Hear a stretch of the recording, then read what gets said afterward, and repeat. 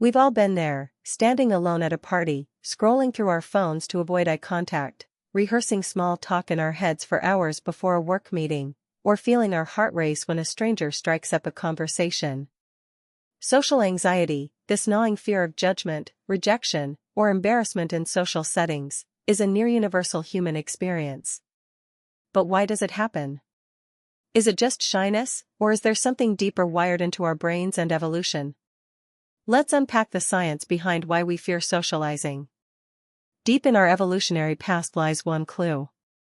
Humans are fundamentally social creatures. For most of history, survival depended on group cohesion.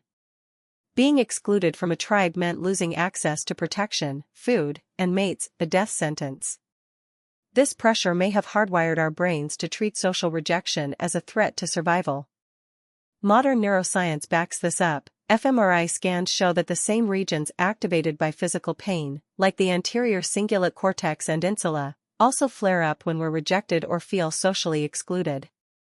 In one striking experiment, participants played a virtual ball-tossing game where others ignored them. Their brains' pain centers lit up as if they'd been physically hurt. Our fear of socializing isn't just emotional, it's biological, rooted in an ancient survival instinct. Yet our fears are not just relics of the past. Modern psychology reveals how our thoughts distort reality. Cognitive biases feed social anxiety, twisting how we perceive ourselves and others. The spotlight effect, for instance, makes us overestimate how much others notice our flaws. Spill a drink at a gathering, and we assume everyone is judging us harshly, but research shows people rarely pay as much attention as we think. One study found participants in embarrassing t-shirts guessed 50% of onlookers would notice. In reality, only 20% did. Then there's catastrophizing. A missed text spirals into "they hate me," or a shaky handshake becomes "everyone thinks I'm incompetent." These mental leaps amplify fear, even without evidence. Negative self-talk seals the deal. We fixate on past blunders. "I embarrassed myself last time," or future worries. "What if I say something stupid?" turning socializing into a high-stakes tightrope walk. Beyond individual thought patterns, our earliest relationships also shape our social fears.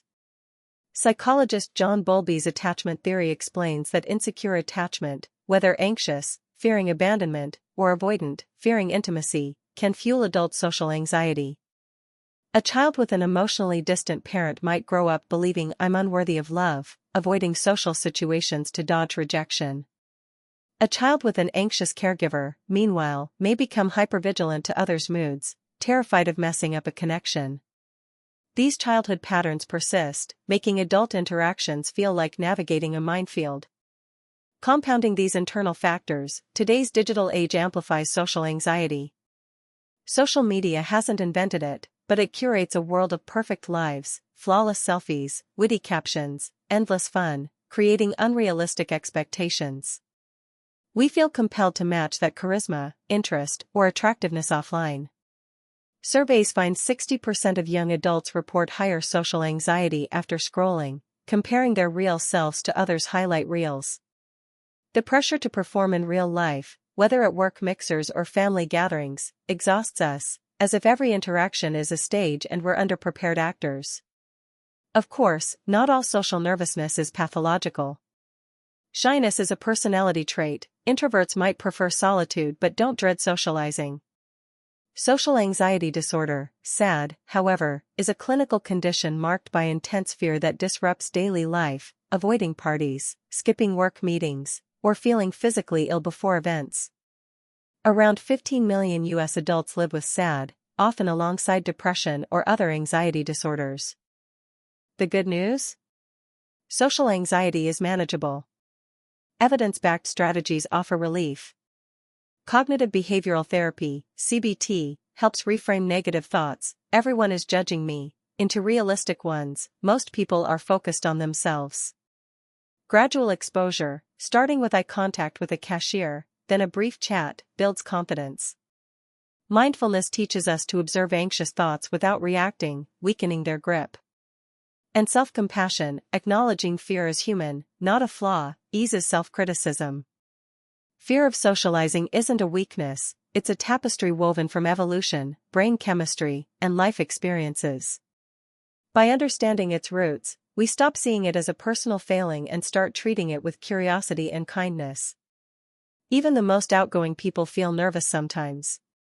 What matters is showing up, one small interaction at a time, learning to be comfortable in our own skin, even if that skin still flushes a little in a crowded room. After all, connection is what makes us human. And sometimes, the scariest conversations are the ones that teach us the most about ourselves.